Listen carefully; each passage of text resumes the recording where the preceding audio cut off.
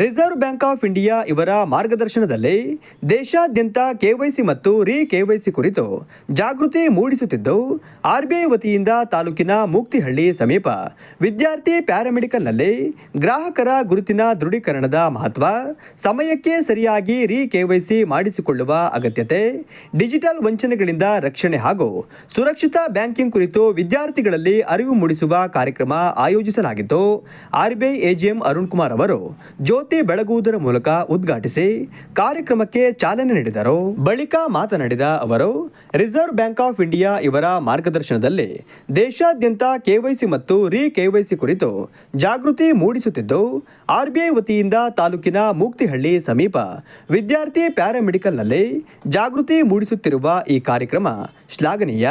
KYC ಮಾಡಿಸುವುದರಿಂದ ಕಳ್ಳತನ, ವಂಚನೆ, ಮನಿ ಲ್ಯಾಂಡರಿಂಗ್ ಮತ್ತು ಇತರ ಕಾನೂನು ಬಾಹಿರ ಚಟುವಟಿಕೆಗಳನ್ನು ತಡೆಗಟ್ಟುವ ಗುರಿಯನ್ನ ಹೊಂದಿದೆ ಎಂದರು. ನಮ್ಮ ಜಿಲ್ಲೆ ಚಿಕ್ಕಮಗಳೂರು ಜಿಲ್ಲೆಯಲ್ಲಿ union bank of India lead bank ಆಗಿದೆ. ಯಾವ ಜಿಲ್ಲೆಯಲ್ಲಿ ಯಾವ ಬ್ಯಾಂಕಿನ ಶಾಖೆಗಳು ಜಾಸ್ತಿ ಇರುತ್ತೋ ಅವರಿಗೆ ಒಂದು ಲೀಡ್ ಬ್ಯಾಂಕ್ ಅಂತ ಒಂದು ಕೊಟ್ಟಿರ್ತಾರೆ. ನಾವೇನಂದ್ರೆ ಬ್ಯಾಂಕ್ಗಳ ಮತ್ತೆ government of India, government of Karnataka ಅದೆಲ್ಲ ಕೋಆರ್ಡಿನೇಷನ್ ಮಾಡಿ ಡಿಸ್ಟ್ರಿಕ್ಟ್ ಅಲ್ಲಿ ಗೌರ್ಮೆಂಟ್ ಸ್ಪಾನ್ಸರ್ ಸ್ಕೀಮ್ ಇಂಪ್ಲಿಮೆಂಟೇಷನ್ ಮಾಡೋದಾಗಿರ್ಬೋದು, ಫೈನಾನ್ಷಿಯಲ್ ಲಿಟರಸಿ ಅವೇರ್ನೆಸ್ ಪ್ರೋಗ್ರಾಮ್ಸ್ ಕೊಡೋದಾಗಿರ್ಬೋದು, ಇವೆಲ್ಲ ಕೆಲಸ ನಾವು ಮಾಡ್ತೀವಿ. ಮತ್ತೆ ಬ್ಯಾಂಕ್ ರಿಲೇಟೆಡ್ ಏನಾದರೂ ಇಶ್ಯೂಸ್ ಇದ್ರೆ ಅದನ್ನ ಸಾರ್ಟ್ ಔಟ್ ಮಾಡೋಕ್ಕೆ ನಾವು ಟ್ರೈ ಮಾಡ್ತೀವಿ. ಇದು ಲೀಡ್ ಬ್ಯಾಂಕ್ ಬಗ್ಗೆ. ಇದು ರಿಸರ್ವ್ ಬ್ಯಾಂಕ್ ಆಫ್ ಇಂಡಿಯಾದಲ್ಲಿ ವಿವಿಧ ಭಾಗಗಳಿದ್ದಾವೆ, ವಿಭಾಗಗಳಿದ್ದಾವೆ. ಅದರಲ್ಲಿ ಒಂದನೇ ವಿಭಾಗ ಅಂದ್ರೆ financial inclusion and development department, ಆರ್ಥಿಕ ಸಾಕ್ಷರತೆ ಮತ್ತು ಅಭಿವೃದ್ಧಿ ಇಲಾಖೆ ಅಂತ ಹೇಳಿ.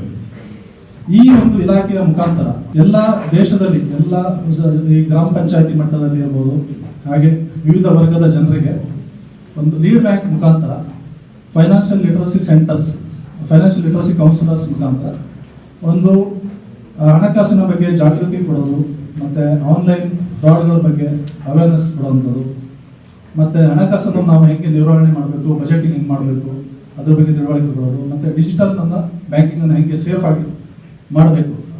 ಸೆಲ್ಫ್ ಡಿಕ್ಲರೇಷನ್ ಅಡ್ರೆಸ್ ಪ್ರೂಫ್ ಅನ್ನ ನೀವು ಕೆವೈಸಿ ಮರು ನವೀಕರಣ ಮಾಡಿಸಬಹುದು. ಕೆವೈಸಿ ನವೀಕರಣ ಬಹಳ ಅಗತ್ಯ. ಇಲ್ಲ ಅಂದ್ರೆ ಏನಾಗುತ್ತೆ, ನಿಮ್ಮ ಅಕೌಂಟ್ ನಿಮಗೆ ಟ್ರಾನ್ಸಾಕ್ಷನ್ ಮಾಡಲಿಕ್ಕೆ ಬ್ಯಾಂಕ್ ಅವರು ಬಿಡೋದಿಲ್ಲ. ಆರ್ಬಿಐ ಗೈಡ್ಲೈನ್ಸ್ ಇದೆ, ಗೌರ್ಮೆಂಟ್ ಆಫ್ ಇಂಡಿಯಾ ಗೈಡ್ಲೈನ್ಸ್.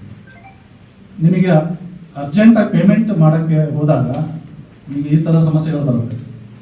ನಿಮ್ಮ ಕೆವೈಸಿ ರಿನ್ಯೂವಲ್ ಆಗಿಲ್ಲ, ಅದಕ್ಕೋಸ್ಕರ ನಿಮ್ಮ ಅಕೌಂಟ್ ಫ್ರೀಸ್ ಆಗಿದೆ, ದಯವಿಟ್ಟು ಬ್ಯಾಂಕಿಗೆ ಹೋಗಿ ಅಂತ ನಿಮ್ಮ ಮೆಸೇಜ್ ಬರುತ್ತೆ. ಆದ್ರಿಂದ ನಾವು ಜವಾಬ್ದಾರಿಯುತವಾದ ನಾಗರಿಕರು ಏನ್ ಮಾಡಬೇಕು ಅಂದ್ರೆ, ನಮ್ದು ಏನಾದರೂ ಅಡ್ರೆಸ್ ಏನಾದರೂ ಚೇಂಜಸ್ ಆಗಿದ್ದಲ್ಲಿ, ಅಕೌಂಟ್ ಡಾರ್ಮೆಂಟ್ ಆಗಿದ್ದಲ್ಲಿ, ಅಥವಾ ನಮ್ದು ಟ್ರಾನ್ಸಾಕ್ಷನ್ಸ್ ಅಂತ ಏನಾದರೂ ಚೇಂಜಸ್ ಆಗಿದ್ದಲ್ಲಿ ತಕ್ಷಣ ಬ್ಯಾಂಕಿಗೆ ಹೋಗ್ಬಿಟ್ಟು ಕೆವೈಸಿ ಮಾಡಿಸ್ಬೇಕು. ಮೊಬೈಲಲ್ಲೂ ಕೆವೈಸಿ ಮಾಡ್ಬೋದು. ನಿಮ್ದೆಲ್ಲ ಮೊಬೈಲ್ ಬ್ಯಾಂಕಿಂಗ್ ಇರುತ್ತೆ, ನೀವೆಲ್ಲ ಯಂಗ್ಸ್ಟರ್ಸ್, ಡಿಜಿಟಲ್ ಬ್ಯಾಂಕಿಂಗ್ ನೀವೆಲ್ಲ ಮುಂದುವರೆದಿರ್ತೀರ, ಎಲ್ಲ UPI ಪೇಮೆಂಟ್ ಮಾಡ್ತಿರ್ತಾನೆ. ಹಾಗೆ ನೀವು ಬ್ಯಾಂಕ್ ಒಂದು ಮೊಬೈಲ್ ಆಪ್ ಇರುತ್ತೆ. Let's say that bank A goes into bankruptcy tomorrow. What is bankruptcy? They do not have funds to repay the depositors. Okay. If that happens, do you think this 4,000 is safe? Is it safe or not safe? It is safe. Why? And how? There is something called as deposit insurance. Do you all know what is insurance?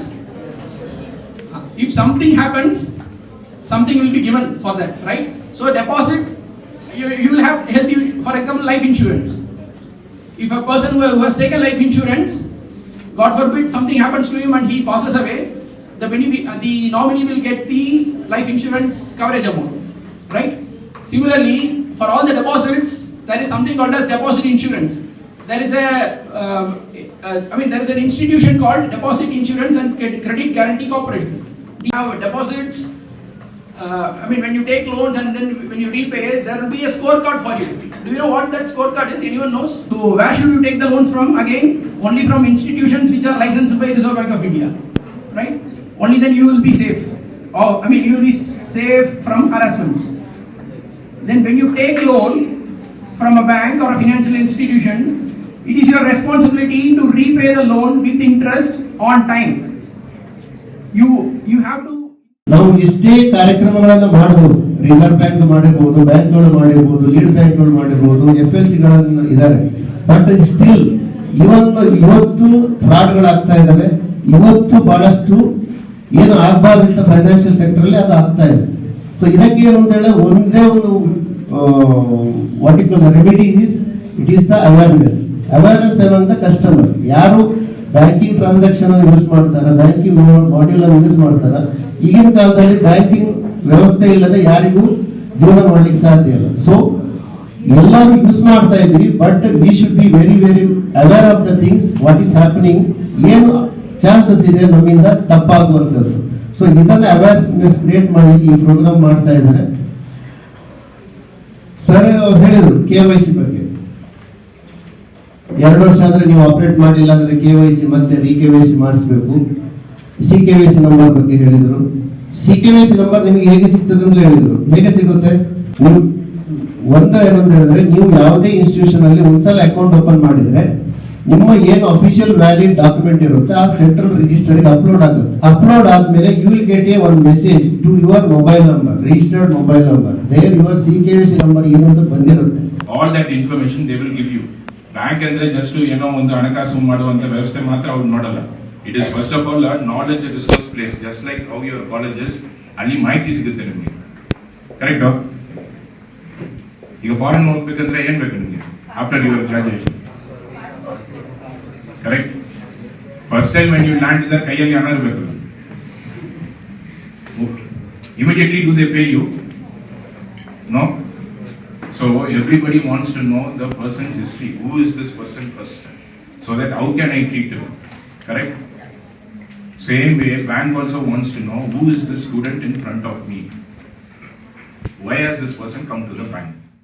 ಕಾರ್ಯಕ್ರಮದಲ್ಲಿ union bank of India ಪ್ರಾದೇಶಿಕ ವ್ಯವಸ್ಥಾಪಕರಾದ Vishukumar, lead bank ಜಿಲ್ಲಾ manager Prashant ಪ್ರಭು, ರಜೀಶ್, ವಿದ್ಯಾರ್ಥಿ paramedical CFO Tanuja ಉಪಸ್ಥಿತರಿದ್ದರು.